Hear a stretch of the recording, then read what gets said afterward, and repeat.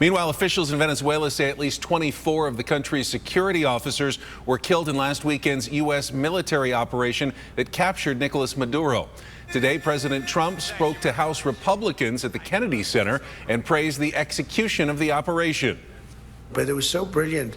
The electricity for almost the entire country was, boom, turned on. That's when they knew there was a problem. There was no electricity. Caracas said, there's no electricity. It's not the only people with lights were the people that had candles. Maduro pled not guilty yesterday to narco-terrorism charges. His vice president was sworn in as interim president. In the wake of Venezuela, many are wondering what country might be the next one finding itself in America's crosshairs. ABC 10 News reporter Michael Chen sat down with a national security expert who looked at the potential targets. How much concern is there in the international community that this is not a one-off?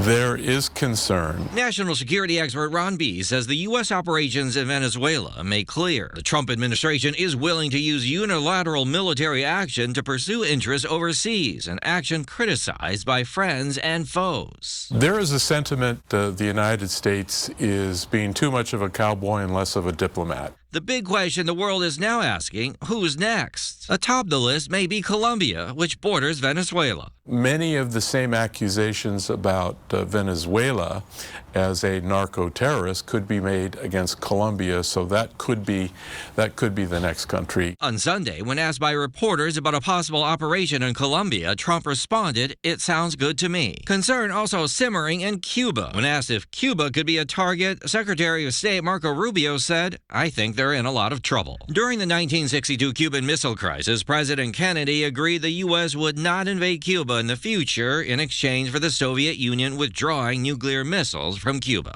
Soviet Union, they could possibly feel they could deploy nuclear missiles again. Among the other countries that may be in the president's crosshairs, Mexico. On Sunday, Trump warned Mexico had to get their act together on tackling drug cartels. Another country being eyed by Trump, Greenland. Since the operation in Venezuela, Trump has continued to express his desire to annex Greenland from Denmark. Iran could also be a possible target. He's already attacked the nuclear plants in Iran and suggested that the Iranians not shoot protesters in the streets or else we might get involved. Michael Chen, ABC 10 News.